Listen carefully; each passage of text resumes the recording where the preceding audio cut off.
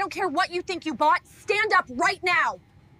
You're holding this flight hostage. Move, or I make it ugly. First class cabin under cool LED glow. Monica Harris sits by the window, suit crisp, breath steady. Linda Brooks steps in close, finger leveled between them, voice tight, asking her to move seats. Richard Allen waits in the aisle, eyes fixed on the open space. The camera pushes in, handheld, then holds on the stair between Monica and Linda. Engine hum swells. Monica asks for the written policy and the name of the supervisor. Silence gathers. A phone lifts in the row behind. Pressure builds as choices narrow, and everyone watches. The cabin settles into a cool hush under the soft LED wash as Monica Harris sits at the window with shoulders squared and breath under control. Her briefcase rests flush against the footwell, a clean line beside polished shoes. The aisle breathes a slow current of movement and recycled air, while overhead bins click shut one by one. Linda Brooks advances from the galley with a measured pace, tablet cradled against her side, chin set. She stops within arm's reach and levels her index finger in the space between them, not touching, not wavering. Her voice is trained but tight, asking Monica to vacate the seat so a priority passenger can be accommodated. Richard Allen waits a few rows back, posture eager, weight shifting a little toward the armrests as if the path will clear any second. Monica turns her head only enough to meet Linda's eyes. She asks for the written policy and for the full name and role of the supervising manager on duty. No raised tone, no rush, just crisp articulation that leaves no gap for misunderstanding. The engine hum gathers like a low tide beneath the floor. From somewhere astern, a seatbelt chime taps the air and then fades. A passenger lifts a phone, screen up, lens idle but ready, fabric rustles. Someone whispers that the plane needs to push soon. Linda repeats the request with more emphasis. She cites operational pressure and a boarding timeline that is closing fast. She refers to a special status on the waiting customer without specifying the rule number. Monica keeps her gaze steady and states that her boarding pass confirms this exact seat and this exact class. She reminds Linda that standard procedure requires a reason beyond convenience and that any removal should be documented with names and timestamps. She remains seated, hands visible, posture calm, the kind of calm that hardens rather than melts. The air cools further as the two women hold their ground.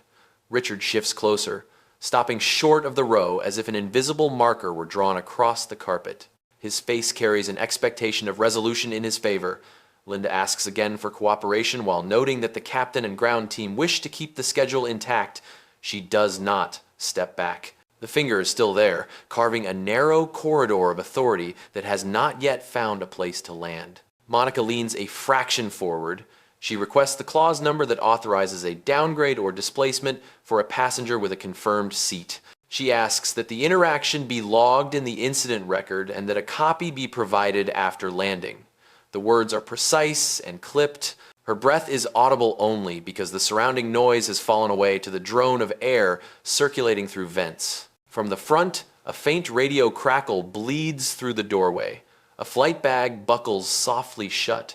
The cabin lights hold their pale temperature, casting flat shadows along armrests and window trims. Monica keeps her hands still on the armrest, thumb anchored, fingers relaxed. Linda recalibrates, glancing at the tablet as if a helpful line might appear. She speaks into a discreet mic, the kind that rides close to the cheek, and asks for guidance. The mic carries back a brief acknowledgement, but no citation. The standoff evolves into a triangle. Monica anchored at the window in sculpted composure, Linda in the aisle channeling procedure. Richard just behind the boundary of the row with an anticipatory breath that will not release. Eyes gather from nearby seats and then skitter away. The camera of the scene, whether handheld or imagined by every witness, slips closer in tiny pulses until pores and pupils are readable. Each inhale sounds larger than it should. In that stretch of stillness, Monica repeats the same two requests. Provide the written policy, provide the name and role of the supervising manager. Nothing else moves. The promise of departure hangs above them like a door waiting for the latch. The request arrives again, firmer, the cadence clipped to fit the rhythm of a checklist. Linda Brooks explains that operations need the seat cleared so boarding can complete. Her stance narrows, feet square to the aisle, finger held like a marker that refuses to drop. The tablet glows in her other hand, a rectangle of cold light on navy fabric. Monica Harris does not flinch. She breathes once, steady and deep, then asks for the authority code that permits displacing a confirmed passenger and for the supervising name to be included in the incident log. The syllables land clean and level. No heat, only precision. Richard Allen hovers just beyond the row line, a respectful half step back, eyes measuring the distance to the window seat as if it were a negotiation table. He smooths a cuff with his thumb, then stills when Monica shifts her gaze toward him. Nothing in her expression invites a move. He looks away, pretending to study the overhead panel. The engine hum beneath the floor rises a shade, the way a room tightens before a difficult meeting. Linda refreshes a screen and cites pressure from the gate and a late arriving equipment swap that reduced premium seating. She says the team is asking for cooperation. She does not offer a rule number. Monica folds her hands atop the armrest and repeats her request. She states that she will comply with any written directive that includes the exact clause and the name and role of the person issuing it. A passenger 2 rows back clears a throat. Fabric whispers as someone leans for a better angle. The air feels cooler around the cheeks and ears, the way it does when attention fixes on a single point. From the forward galley, a radio answers with a short burst. Voices blur, then one word carries clearly across the cabin: expedite. Linda takes that word like a baton. She lowers the tablet slightly so the light no longer washes Monica's face and tries a softer tone. She says she understands the inconvenience and promises to revisit everything after takeoff. Monica keeps the same posture, the same measured breath. She asks if the carrier intends to override its own boarding record and whether the override will be attributed in writing to a responsible party. Her voice is quiet enough that people must learn to catch it, and that quiet pulls them in. Richard shifts again. The carpet gives a small sigh under his weight. He glances at Linda with the look of a customer who expects the path to open, then checks himself, chin drawing back because nothing is opening. Behind him, a man lowers his phone a few centimeters, not enough to hide the lens. The cabin is now a circle of calm that holds everyone inside its boundary. Linda tips her head, eyes narrowing as she listens to the radio. She reports that the ground manager wants the seat reassigned for a priority traveler. Monica asks what priority means in this instance. She requests the criteria. She does not blink. Linda begins to answer, then the answer falls apart because the phrasing is vague. Monica waits. Silence expands, not loud, simply present. In the quiet, the tablet reflection thins on the aisle and the scent of recirculated air turns slightly metallic. A chime pings from the overhead. Someone mutters about departure time. Linda straightens the line of her jacket and moves the finger a fraction closer, the gesture that usually tips a conversation into compliance. It does not tip this one. Monica sets her jaw, not as threat, but as an anchor. She says she will remain seated until a documented policy is provided and that she welcomes any crew member or officer to witness the record. Each word is a small, fixed point, and together they build a map. The radio speaks again, faster now. Linda asks permission to involve security for clarity. The request is not loud, yet several rows straighten. Monica nods once. Her eyes do not leave Linda. She says that clarity would be welcome and adds that respect will be maintained on all sides. The hum of the aircraft seems to agree, steady and unchanging. Richard draws a slow breath, as if recalibrating where this might lead. The aisle remains a narrow river with no current. The door to the jet bridge stands open and bright, but the focus has shifted inward to the measured weight of process and the quiet certainty of a passenger who knows her ground. The phrase priority traveler enters the space as if it could unlock the standstill. Linda says the seat is needed for a passenger with special priority. Her finger lowers but does not disappear. She names no clause, she names no metric. The word priority hangs in the aisle and draws eyes to Richard Allen as if the air itself had pointed. Richard inhales and sets his shoulders. He says very softly that he was told there would be a seat in this section because of his status and the urgency of his trip. He keeps his voice civil. He thanks the crew for working under pressure. He looks toward the window seat with the focus of a person who has already pictured himself there. The phone 2 rows back lifts a little higher. Monica does not turn her head. She speaks to Linda. Please define priority as used by your carrier. Is it a medical need? Is it crew deadhead? Is it an involuntary downgrade prevention? Is it an equipment swap remediation? Is it a revenue management decision? She lets each option land and fade. Then she asks which policy number maps to this instance and who is the responsible authorizer. Her tone is even. It carries more weight than volume. Linda checks the tablet. She scrolls. The light flickers across her cheek and neck in moving bands. She reports that a late aircraft change reduced premium seats and that the station is using discretion to reseat one traveler. She uses the word discretion as if it were a tool that can cut a clean line. Monica asks whether discretion can override a confirmed boarding record without written authorization. She asks for the timestamp on the request. She asks who triggered it. The cabin tilts toward the exchange as if the plane itself had leaned to listen. Richard tries to help the crew save face. He says he understands how these things happen and that he is willing to move fast if they can make the change. He does not look at Monica when he says it. He watches the aisle as if speed alone could make rules dissolve. A belt latch clicks somewhere forward. It sounds like punctuation. Linda offers a compromise. She suggests a temporary seat swap during taxi with a full resolution after takeoff. She says everyone wins and the schedule recovers. Monica holds the silence for a beat. Then she asks if temporary means undocumented. She asks if any resolution after takeoff would include a retroactive record that erases the decision trail. She asks again for the responsible name. The questions are simple, they are also unmoving. The radio whispers from the galley. Expedite repeats, this time with a number attached, and then the number is lost in static. Linda swallows. She nods to herself. She tells Monica that the ground manager has approved the reassignment and that this is the cleanest path to an on-time departure. Monica asks for the ground manager's name and role. She does not break eye contact. She adds one more request. Please pull the upgrade and reseat log for the last 10 minutes and read the entries into the incident note. If the system cannot print now, then copy the fields verbatim. Richard feels the moment tilt away from the casual confidence he carried up the jet bridge. He adjusts his stance. He asks Linda if there is another seat in the cabin. Linda says, not in this section, not anymore. The word carries a sting that does not miss him. He nods once and steps back, half a foot without deciding to. The cabin air cools another degree. The hum gains a slow pulse that feels like a clock. Linda asks the front for a supervisor.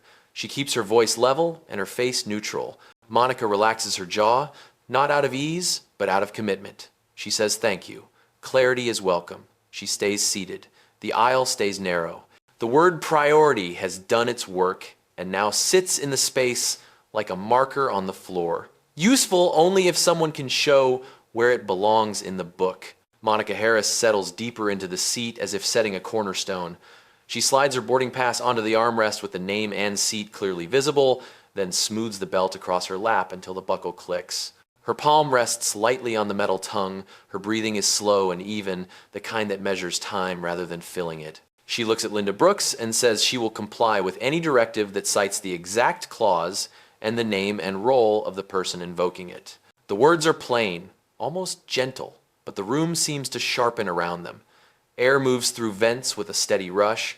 A faint clink of glass comes from the galley and disappears. Linda keeps her stance in the aisle. She thanks Monica for her patience and says again that operations require the seat for a priority traveler. She gestures with the tablet, drawing a small rectangle of cold light over the seat number, then pulls the glow back as if it might burn. Monica does not follow the gesture. She stays with the request. Clause, name, role, incident note. She adds one more element. Please include the timestamp and station identifier so the trail is complete. She says the sentence without a raised brow or a lowered chin. It lands as a point of order, not a challenge. Richard Allen remains a respectful distance behind the row line. He shifts his weight and looks from the window seat to the open space of the aisle, as if trying to map a route that no longer exists. His mouth begins a polite smile and stops halfway. He does not speak. The carpet compresses under his shoes and holds the mark. Linda opens a new screen. Her eyes read lines that do not contain the things she needs. She speaks into the cheek mic with a tone that balances two audiences, the cabin and the unseen counter beyond the door. The radio answers in quick bursts. She nods once, then pauses, not to think, but to listen for a better word than priority. None arrives. She looks back at Monica and offers a temporary relocation to another seat with a reassessment at cruise altitude. Her voice softens on the phrase "at cruise," as if smoother air could smooth a record. Monica asks if temporary means undocumented. She asks whether a reassessment after takeoff will be entered as an original decision or as a correction. She does not blink. The questions create a clean shape between them. A passenger 2 rows back whispers that the plane will miss its slot. Another lifts a phone a little higher and then lowers it, caught between curiosity and discomfort. The hum of the aircraft deepens. The light along the ceiling holds steady, cool, and pale. Monica keeps her shoulders level and lets silence press for a count of 3. Then she repeats her position in the same cadence as before. Provide the clause, provide the authorizing name and role, include the timestamp and station. She adds that she welcomes a supervisor or an officer to witness the record. Her tone makes the witness sound like a safeguard rather than a threat. Linda exhales through the nose, quick and small, then resets her face. She explains that the team is under schedule pressure and that discretion is part of their duty. Monica accepts the idea of discretion and asks for the boundary where discretion ends and policy begins. She asks, what page marks that boundary? The wording is spare. It is also exact. She does not fill the spaces between sentences. She lets them stay open. From the forward doorway, a gust of jet bridge air slides in and cools the aisle by a degree. Someone in the galley closes a compartment with a soft latch. A chime ticks overhead. Richard studies the floor as if it might answer for him. Linda glances back toward the front, then returns with a new attempt. She says the captain and ground manager want cooperation. Monica nods that she hears the request. She does not move. She states that cooperation is fully possible once the written basis is presented. She is willing to relocate if the directive carries the rule and the responsible name. The line holds. The aisle narrows in feeling, if not in width. Monica rests the tip of one finger on the edge of the boarding pass, anchoring it to the armrest like a signature that does not need ink. Her eyes remain steady. The seatbelt remains fastened. The message is simple and unmistakable. She will not yield to a word that has no page. She will not undo a buckle for an order that has no author. The cabin hears it even if no one says it aloud. And for a long, thin moment, the aircraft seems to idle in that clarity, waiting for the next voice to claim the rule or admit it is not there. The cabin absorbs the standoff, the way the ocean takes a stone and sends ripples under the surface. A quiet wave moves row to row as buckles click and then go still. The seatbelt chime pings once, bright and neat, and the sound hangs like a bead of glass between Monica Harris and Linda Brooks. Air presses out of the vents with a cool, steady breath. It cools cheeks and forearms. It makes every whisper feel louder than it should. Somewhere behind them, a zipper gives a tired sigh, and then the hush returns, patient and expectant. Monica keeps her posture level and lets the seconds stack. The boarding pass rests on the armrest, her name and seat clean in the light. She repeats the same request without changing cadence. Written policy clause, authorizing name and role. Incident note, with timestamp and station, there is no bite in the words. They carry a firmness that does not need volume. The stillness around her is not decorative. It is structural, a frame that holds the shape of due process, where others offer the word priority and hope it will suffice. Linda holds her ground in the aisle, tablet at a low angle now to keep the glare off faces. The finger that had been a pointer softens by a fraction. Not enough to reopen the path, but enough to mark that the old tactic has lost its power. She listens to a thread of audio in her cheek mic and nods to nothing in particular. Her reply is careful. Ops are pressing. The gate is holding the door. They need this resolve to keep the push. She offers to bring water. She offers to find a nearby seat for taxi and settle details in the air. The words try to build a soft landing. They do not offer the one thing Monica asked for. A phone camera rises 2 rows back. Not high, just far enough to say a record exists.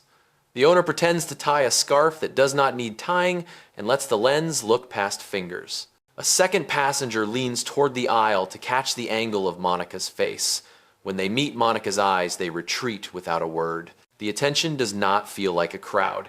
It feels like gravity, quiet and constant. Richard Allen keeps his respectful station just behind the row line. He looks as if he wants to be the sort of traveler who makes things easier for the crew.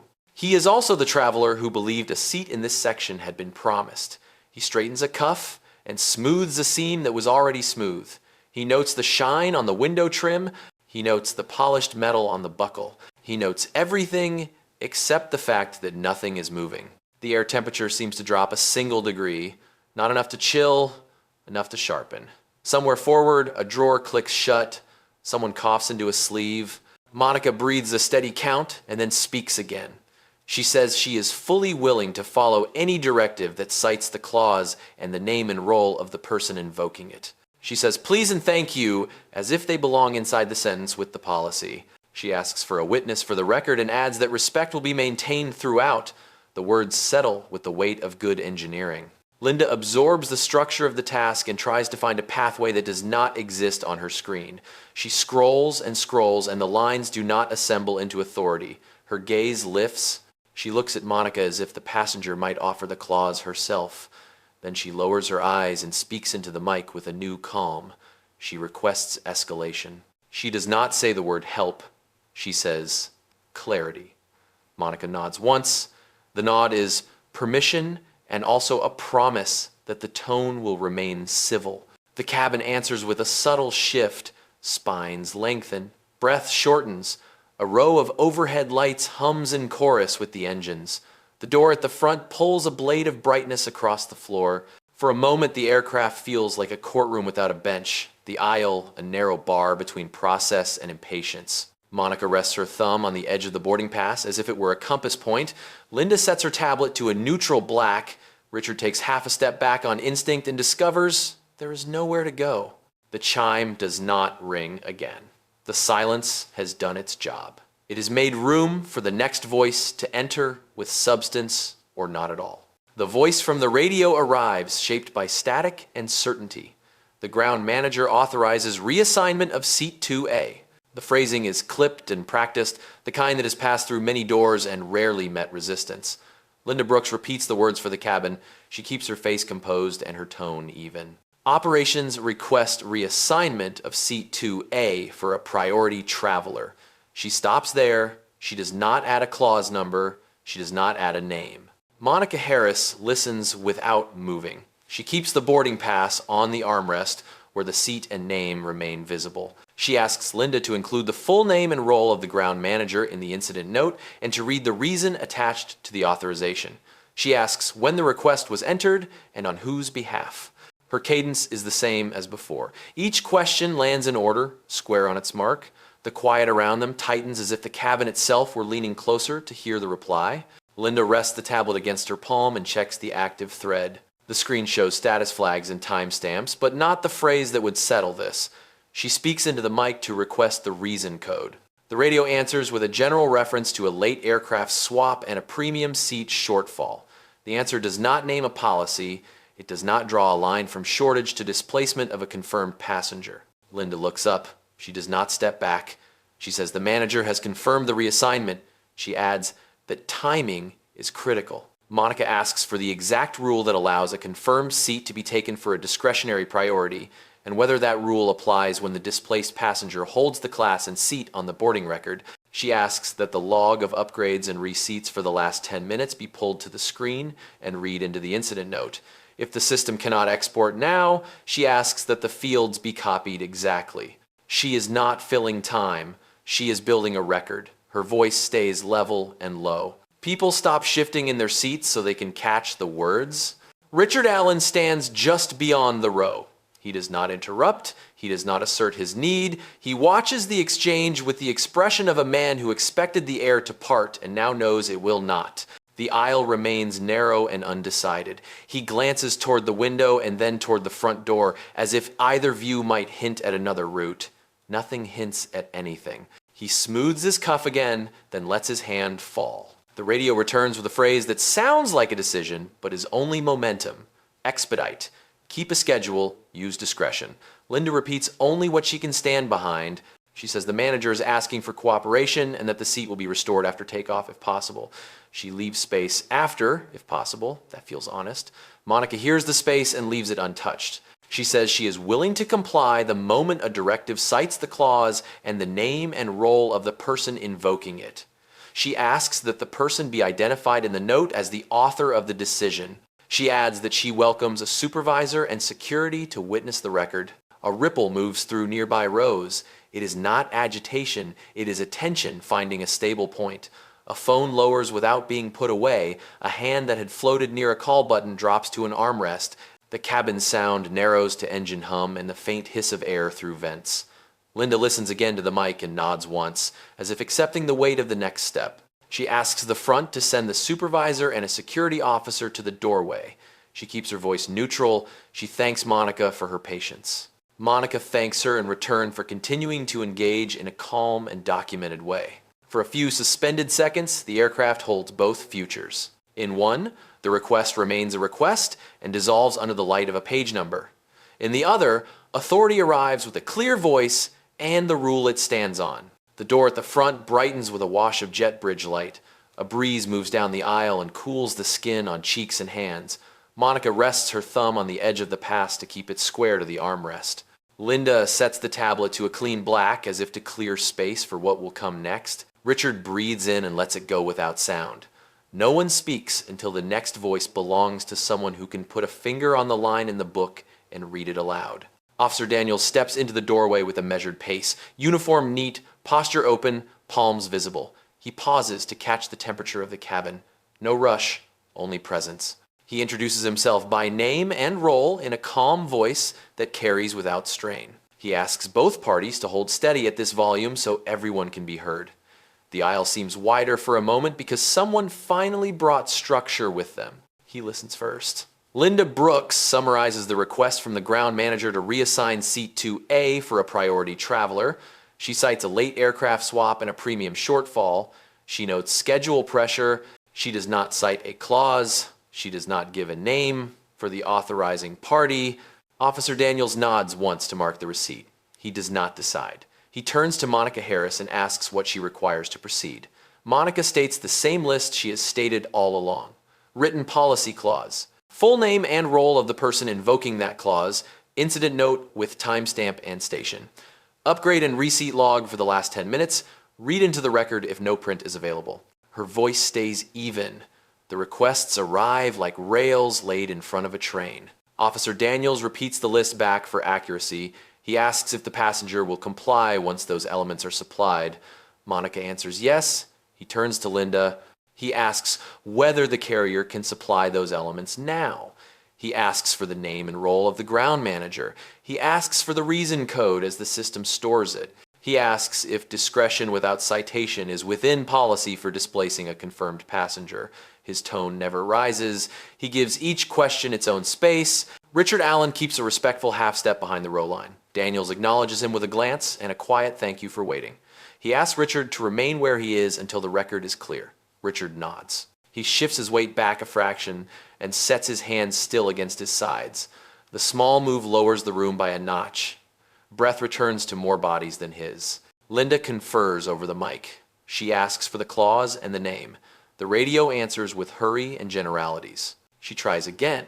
She asks for the exact policy number and the identity of the authorizer. The reply does not change shape. Daniels raises a hand slightly, a gentle pause sign, and directs the summary back to what can be put on paper. If the system will not show a clause, read the text you have for the reseat rule. If the system will not display the authorizer, state who at the station requested this action. If the reason code is shortage, state whether shortage allows displacement of a confirmed seat in this cabin. He asks for yes or no, followed by the text. The cabin shifts into attentive quiet. Phones lower but do not vanish. A child 2 rows back stops asking a question mid-word and listens to the calm rhythm of grown-ups drawing lines. Monica remains seated, belt fastened, boarding pass square on the armrest. She thanks Daniels for clarifying the shape of the record. She adds that she is willing to provide her identification and ticket details for the note. Daniels accepts and reads the name and seat from the pass, so there is no confusion later. Linda relays. The answer returns as pressure without framework. Expedite. Keep a schedule. Use discretion. Daniels does not argue with pressure. He places it where it belongs, on the outside of the rules. He asks again for the clause or a statement that none is available. Linda swallows and answers that she does not have a clause to cite at this time. The sentence lands like a level falling against a wall. It is straight, it is useful. Daniels asks whether there is any safety reason to move the passenger. Linda answers no. He asks whether there is any operational hazard created by the passenger remaining seated while the record is completed. Linda answers that delay is the concern. He nods. He turns to Monica and asks whether she is willing to remain courteous and responsive while the supervisor is summoned with the policy text. Monica answers yes. She asks that the incident note reflect that security witnessed the absence of a clause at this stage and that the passenger remained cooperative. Daniels agrees and speaks the sentence aloud so Linda can enter it. He then addresses Richard with care. He says the team is working on a documented resolution and thanks him for patience. He offers to explore an alternative seat if one opens or to relay updates promptly. Richard nods again. Quieter now, expectations trimmed to fit the new outline of facts. His eyes drop to the aisle carpet. He stops trying to read the future in the window trim. Daniel steps a half pace back to place himself at a neutral center. He radios the front for the supervisor and requests the policy reference by number and name, not just a label. He adds that the requesting party should be recorded in the note. The hum of the aircraft settles into a steady line beneath his words. The door at the front glows a little brighter as footsteps approach. The cabin holds still, not frozen, simply aligned, as if the plane had shifted from rumor to document in one breath. Monica sits with hands open on the armrest. Linda steadies the tablet at chest height. Richard keeps his station without leaning forward. The next person to enter the aisle will bring either a page or a confession that no page exists, and the room is ready to hear which. Officer Daniels gives the aisle back to process. He asks for anything that can anchor the record. Monica Harris nods and opens a slim folio from the seat pocket. Not hurried, not theatrical. She lays out what she has, each item squared to the armrest so nothing overlaps. First, the company itinerary with the exact seat and fare class. Then the confirmation email showing the ticketing time and the assigned seat. Then a loyalty card with status that requires no explanation. Last, a receipt for corporate payment, charge code visible. She does not push them at anyone, she simply lets them sit in the light. Daniels asks permission to read details aloud for accuracy. Monica agrees. He reads her name and seat, fare class, confirmation code, and ticketing timestamp. He reads the lounge check-in note that shows her arrival time at the airport. He thanks her and returns each item to the same square it occupied on the armrest. He turns to Linda Brooks and asks to see the upgrade and reseat log for the last 10 minutes. If the system cannot print, he asks that the fields be read aloud into the note. Linda unlocks a deeper screen. The tablet glow shifts cooler, then steadies. She scrolls, jaw set in professional focus rather than defiance. A list appears. Daniels asks for the fields in order. Time, user, action, reason code, free text note. Linda reads the first line. 2 minutes ago, station agent number followed by initials. Action shows manual reassignment request. Reason shows premium shortfall. The free text says hold for priority travelers. Daniels asks for the policy citation field. Linda says there is none in this view. He asks her to check another page. She checks. No citation is stored there either. Monica does not move. She asks for the second line. Linda reads, 1 minute ago, same agent initials. Action shows confirm pending, reason unchanged. Free text adds escort at the gate. There is still no rule number. Daniels repeats what he has heard, evenly, as if dictating to a clerk. Request and confirm pending with no policy citation and no named authorizer. He asks who the initials belong to. Linda supplies a name. He asks for that name and role to be entered into the record. Richard Allen watches the path he imagined for himself break into pieces. He is not blamed. He is not shamed. He is simply displaced from the center. He takes a breath and lets it out slowly. The sound does not carry beyond his own collar. He looks down the aisle toward the front door, as if the bright rectangle there could tell him how long this will take. It tells him nothing, because the bright rectangle never does. Daniels asks Linda if any line in the system shows a clause that permits taking a confirmed seat in this cabin for a discretionary priority. Linda checks again, not to stall, but because she wants the answer as much as he does. She does not find it. She says so without softening the fact. Daniels thanks her for the clarity. He asks her to read the time and user on the line that first touched this reservation. She reads the exact timestamp. It matches the minute Monica was already seated. The detail matters. It turns the feeling in the cabin from rumor to sequence. Monica asks that the incident note include the precise phrasing read from the tablet, not a paraphrase. She asks that a screen capture be appended later if the system allows. She remains courteous. She remains still. She has built a bridge from the word priority to the absence of a page, and she does not point to it. She lets everyone see it. The overhead lighting holds its cool balance, flattening glare and making badges glint in small, tidy flashes. A soft vibration passes through the floor as ground equipment moves somewhere outside. The flight attendants in the galley pause, listening with the attention of people who will live with the outcome after the doors close. Phones in the rows have lowered, not out of fear, but because the scene is now a document, and documents do not need a lens to make them real. Daniels asks one more question. Is there any safety necessity to move this passenger right now? Linda answers no. He nods and says he will request the supervisor with the policy text by number and title. He asks that the note reflect that the system shows no clause for this displacement and that the entries were made within minutes of boarding while the passenger was already seated. Linda enters the line without argument. Richard shifts back another half step, eyes on the carpet. The polite half, smile gone.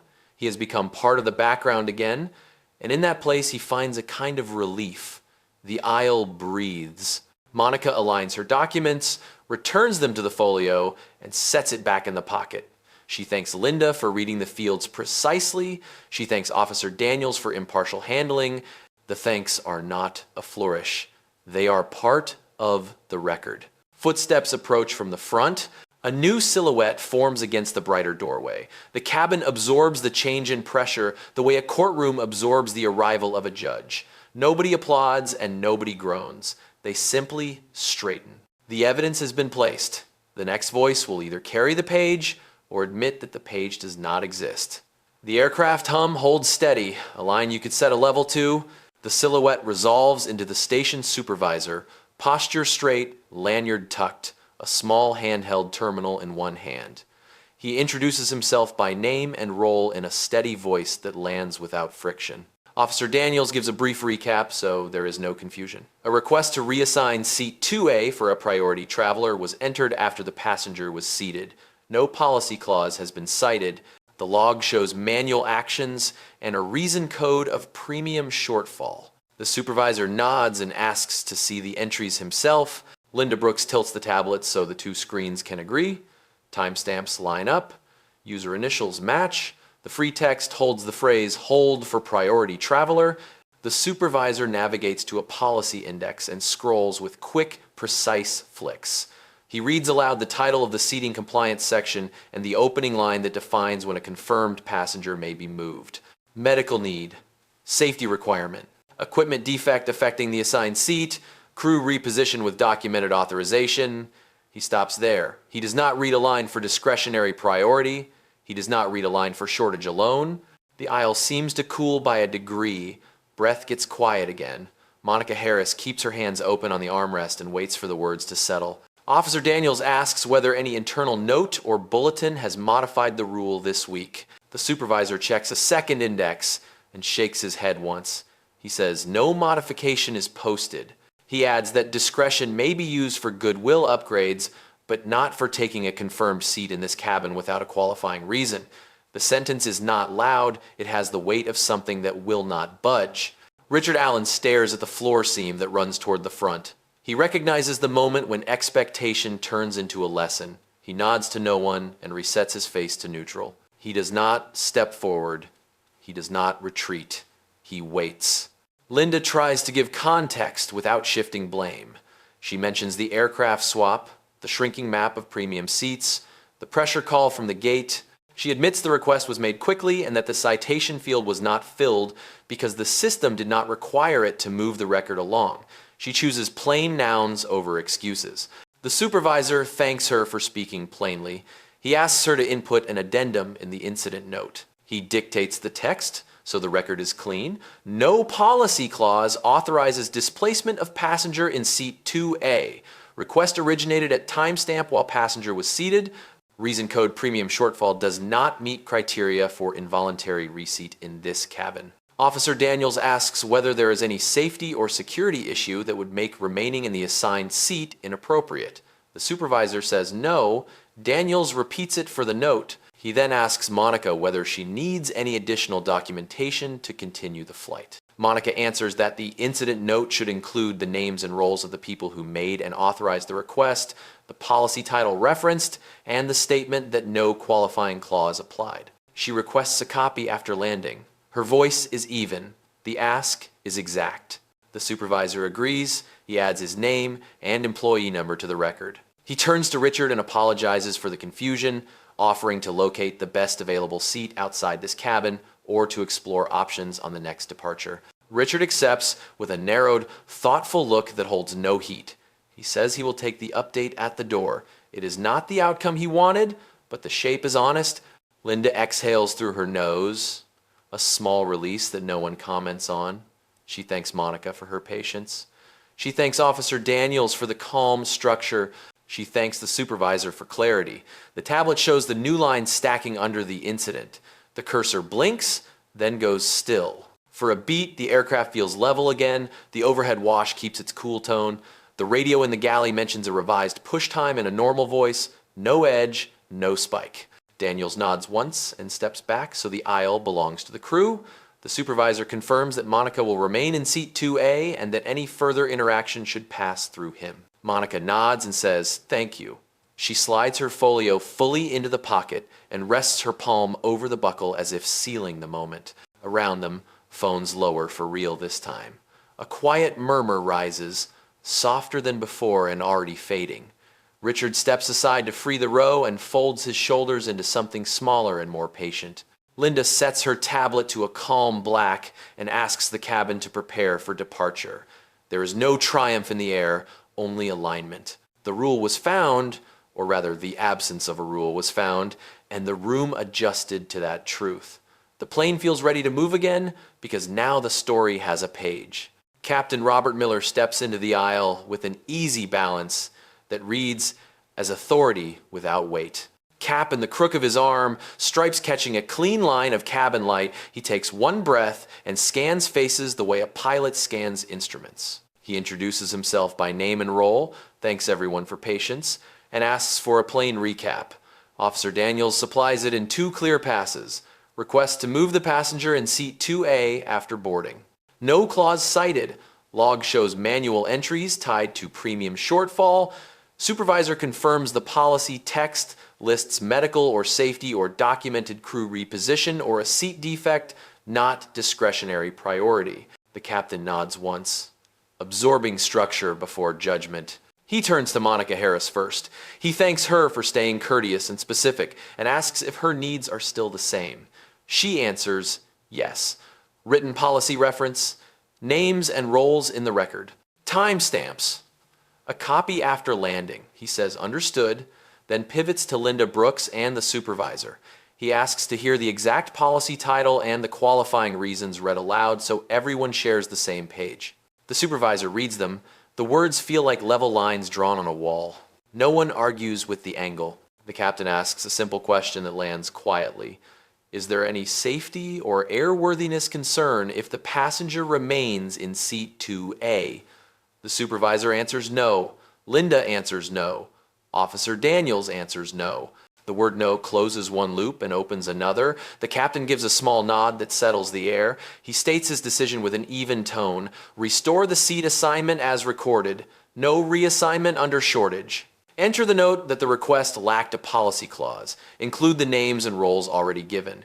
He adds that he will file a flight deck report referencing the incident number so the trail connects across departments. He addresses Richard Allen with the steadiness of a person who must often deliver news that disappoints without wounding pride. He apologizes for the confusion and thanks him for patience.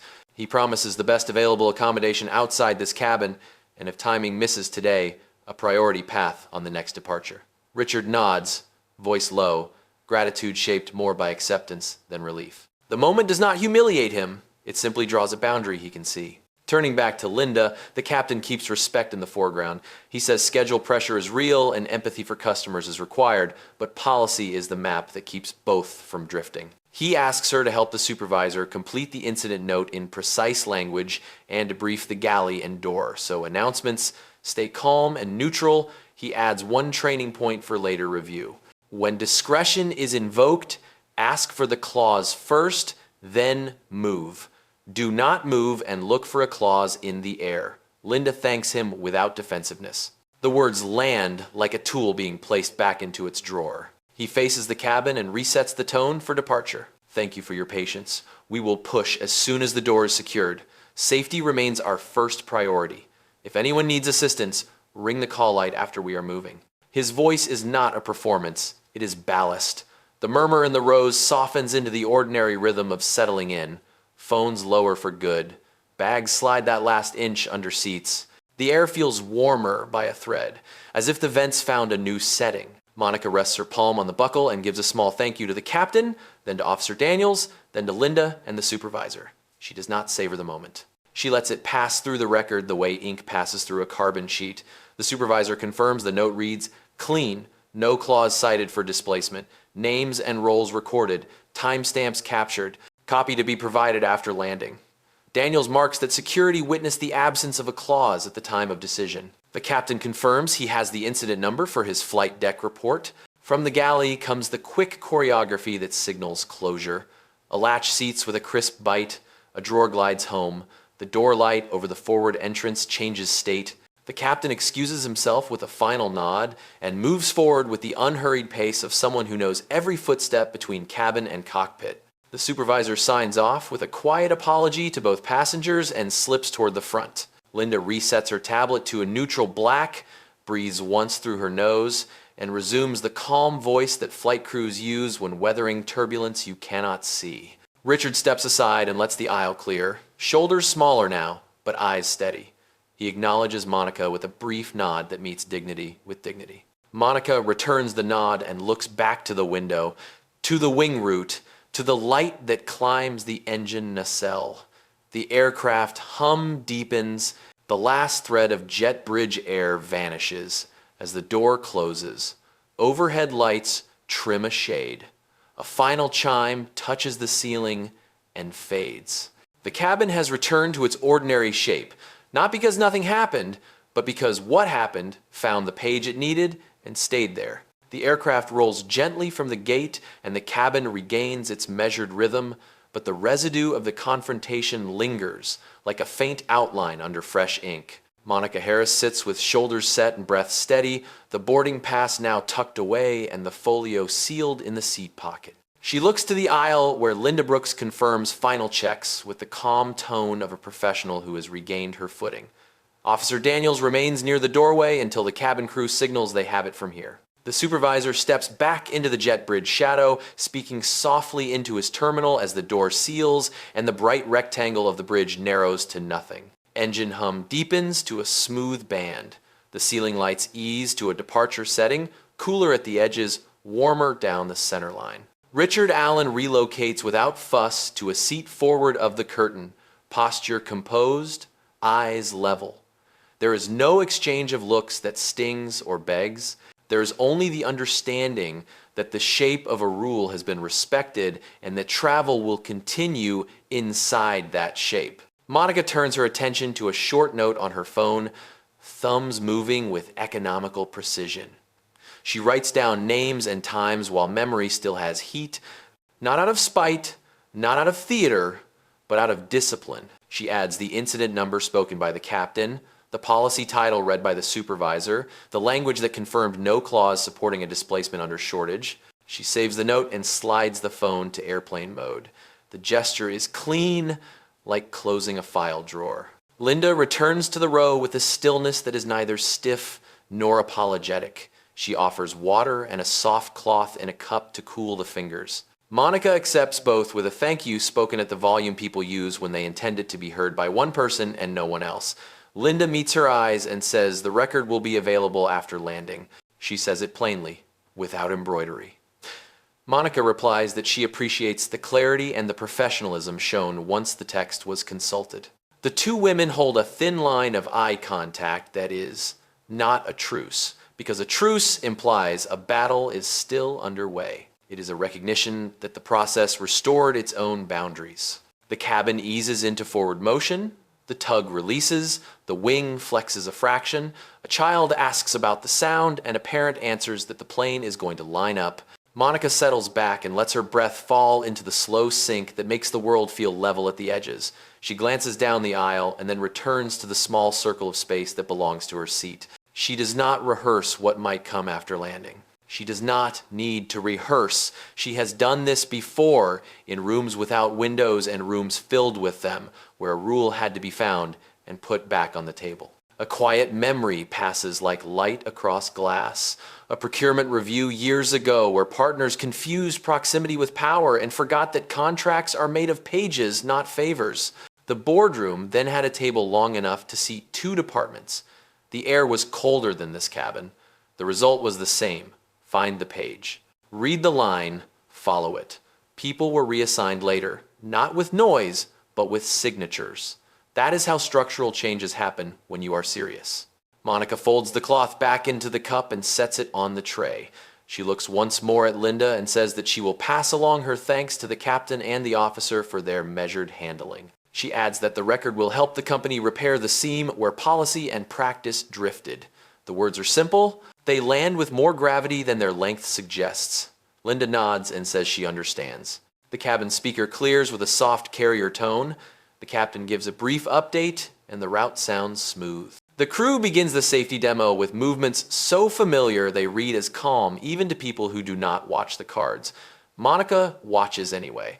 Watching is a habit. Listening for drift is a habit. Correcting is not a thrill or a reflex for her. It is a function performed with the same attention she gives to numbers that do not balance and to contracts that do not align. She is not the loudest person in most rooms. She rarely needs to be. The aircraft turns toward the runway and pauses. A sunstripe slides across the engine nacelle and then slips away. Monica rests her hands on the armrests and lets her jaw relax. Under the white noise of systems, private resolution firms. Not a threat, not a speech, simply a decision about how the organization that serves this route will be tended. Training reviewed, reporting tightened, names moved where they fit. She does not need to write it down. It will be written later, on letterhead, with lines that carry weight. The last chime sounds before takeoff. Linda secures the galley with a practice sweep. Richard looks forward and adjusts his belt. Officer Daniels gives a final nod from the door and steps back into the frame of his work. The supervisor is gone, the door sealed, the world outside replaced by a runway held in long perspective. Inside the cabin, the air feels steady, almost balanced, as if the story itself found level.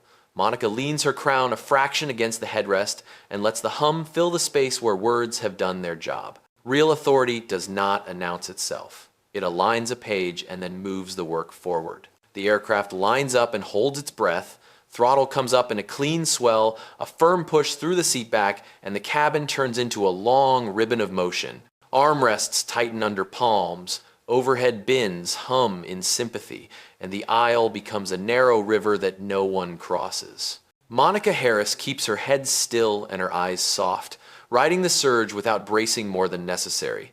The wing outside takes weight and begins to flex. The runway stripes unwind, then vanish. Wheels lift with that brief weightless note that always feels like a promise kept. Climb settles into a steady incline. The light along the ceiling trims down a notch, cool at the edges, and warm down the spine of the cabin. Monica lets 3 breaths pass before sliding her phone from the pocket. Airplane mode is already on. She opens a draft and writes in a compact, spare style that wastes nothing. The subject line names the route, the station, the time, and the incident number. She addresses the note to operations, legal, and training, then copies the quality lead who knows how to pull logs without waking a department. She writes what matters. A request was made to remove a confirmed passenger from seat 2A after boarding. No policy clause was cited by ground or cabin. Upgrade and reseat log entries carried the reason for the premium shortfall. The supervisor read the policy text aloud. Qualifying reasons did not include shortage or discretionary priority. Security witnessed the absence of a clause at the time. The captain restored the seat. She asks for the full data trail for the last hour at the station, including who keyed the entries, who signaled the priority, and who chose the language in the free text box. She asks for recordings where policy titles were discussed. She asks that the training module on discretionary authority be reviewed for this station and that the escalation path be printed and posted at the counter and in the galley. She does not speculate. She does not accuse. She writes like someone assembling a machine from known parts. The seatbelt light stays on. A gentle turn brings the wing to a new angle, and sunlight slides across the engine like a clean sheet. Linda Brooks steps down the aisle, posture gathered, eyes steady. She checks quietly that Monica is comfortable and offers water. Again, Monica accepts and says thank you. She adds that the record language read earlier was clear and that clarity will help everyone. Linda nods once and says the copy will be ready after landing. There is nothing defensive in the tone, only a return to form. She moves on to brief the row where Richard Allen has settled. Monica watches from the corner of her eye as Linda thanks him for patience and outlines his options. He listens, nods, asks one short question, and then looks out his own window with a face that shows thought rather than heat. Monica returns to the draft. She requests the staffing roster at the station for the current shift, the lead on duty, and the handoff notes from the aircraft swap. She asks for the names of any person who used the term priority traveler in connection with this seat. She asks for a copy of the policy as read by the supervisor with the section title and clause numbers intact so there is no chance of drift when the story is retold. She closes with a line that is almost gentle. We will correct this as a process, not as a rumor. Then she saves the draft and lets the screen go dark. A low vibration hums through the floor as the landing gear tucks away. The light over the aisle remains on, the small icon burning quiet and firm. Monica rests her palms on the armrests and lets the muscles in her jaw soften. She is not staging a scene. She is loading a plan. In her head, the next steps line up the way the runway lights lined up a minute ago. A call with ops the moment the aircraft doors open. A short meeting with her own team before the hour turns. A message to the partner carrier's senior liaison that uses the same spare language she used in the draft. She will not ask for apologies or vouchers. She will ask for policy, fidelity, and for people who can carry it under pressure. Linda returns once more with a soft apology for the earlier push and a promise of follow-up. Monica receives it without ceremony and says that professionalism under correction is noted and valued. The words land and stay where they belong. They do not erase the record, they join it. Linda steps back with a small breath that reads like relief mixed with resolve. She disappears forward toward the galley where doors and latches speak in tiny metal syllables. The climb eases, the nose levels. The cabin finds that mid-air quiet that is not silence so much as a clean bandwidth. Monica looks out at the sky, a pale field with a hard horizon. She does not rehearse what she will say later beyond the lines already written. The work is to name the page and enforce it. Rewards and consequences will follow like physics once the page is named. She lifts the cup, takes a measured sip, and sets it down square on the tray. The belt sign pings off. A few belts are released around her. She keeps hers on because there is still time before settling becomes a habit. The captain gives a short update. The weather is smooth. Time en route as filed. Cabin service shortly. The voice carries calm into every row. Monica lets that calm do its job. Under it, the outline of personnel decisions is already firm. Not loud, not dramatic, simply firm. A system drifted and will be pulled back to line.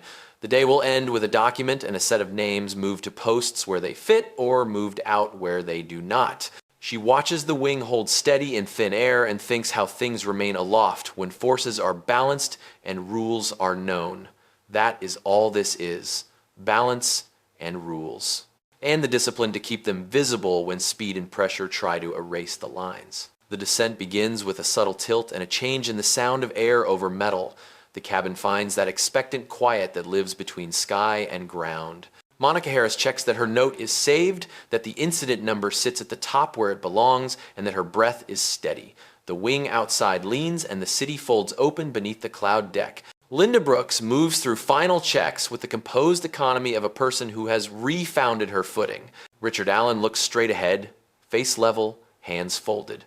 Officer Daniels stands near the forward door and speaks softly into his radio, confirming that his portion of the record is complete. The moment holds without any sense of triumph or loss. It feels like a ledger closed to the right side. Touchdown arrives as a clean double beat, and the reverse thrust settles the room with a long, controlled pull. The aircraft rolls straight and sure. Safety announcements flow in the calm voice. That means everything is ordinary again. During taxi, Monica drafts 3 lines to her own team. She writes that the incident is documented, that the partner carrier was measured once the page appeared, and that corrective steps will follow at the station with names and training attached. She includes that the cabin crew members who were aligned with policy under pressure demonstrated professionalism worth noting. She closes the note and sits back until the bell releases the cabin. At the gate, the door opens and the bright rectangle returns. The supervisor is there with printed pages and a brief apology that does not try to be more than it is. He hands Monica the incident copy with names, roles, timestamps, and the policy title. Captain Robert Miller steps from the flight deck long enough to confirm that his report is filed and linked to the same number. Officer Daniels adds that his witness statement will travel with the record and that he has flagged the absence of a clause at the moment of decision. The 4 stand as if marking a small, permanent stone on ground that shifts too easily. Monica thanks each of them with specific language. She notes the value of precision. She notes the tone held in the aisle. She notes the speed with which the actual rule was retrieved and read. She does not inflate the moment. She frames it and moves. At the threshold to the jet bridge, she meets a regional operations manager who has come forward with a neutral face and an open stance. They step to one side to let the cabin clear. Monica recites the short version and lays out 3 requests. Pull station logs and audio for the hour before boarding. Freeze discretionary reset actions until training is refreshed. Reassign the agent who keyed the request and the individual who coined the priority label pending review. No raised voice. No sting. The manager agrees and repeats the list back to ensure there is no missed word. He asks if a debrief with the crew is desired. Monica says the crew will handle their captain and that her office will meet with the station by the end of day. Richard Allen walks past with a small nod that carries no bitterness. He has a connection to make and a lesson to keep. Linda Brooks approaches and offers a brief apology in private, quiet and direct. Monica receives it and says that the apology is noted and that the professional turn mattered. She adds that the note will reflect it. Linda's shoulders ease a fraction and she steps back to her team. The supervisor confirms that training links will be posted by the next shift and that the policy pages will be printed for the counter and the galley. Officer Daniels offers a final handshake and departs with the measured step of a person who places events in order and leaves them there. In the lounge, Monica places a call. She speaks to her operations lead and to legal at once. She does not retell the story at length. She reads the elements and assigns actions. Confirm the data pull. Prepare a letter of expectations for the partner carrier that names response times, training deliverables, and accountability points. Draft a memo of appreciation for the captain, the supervisor, and the officer. Draft a coaching note for the cabin crew member who corrected the course. Draft personnel recommendations for the station staff who initiated the request without a clause, and for the person who pushed the term priority into the workflow without authority. The call ends in under 5 minutes. The work is already in motion by the time she stands. When she leaves the airport, the afternoon light that follows affront. Traffic moves, slow but predictable. Monica lets the car settle into the lane and looks once at the sky. The day has not become larger because of what happened on board. It has become cleaner by a degree. Rules sit where people can see them. Consequences sit where they can reach. In the quiet of the ride, her breathing matches the rhythm of tires over seams. Calm does not mean softness. Calm is the weight that keeps a line straight when speed tries to bend it. Tomorrow, the station will open with a new roster, a new posted page, and a few new names in different boxes. She will not need to be there. The ink will do the work.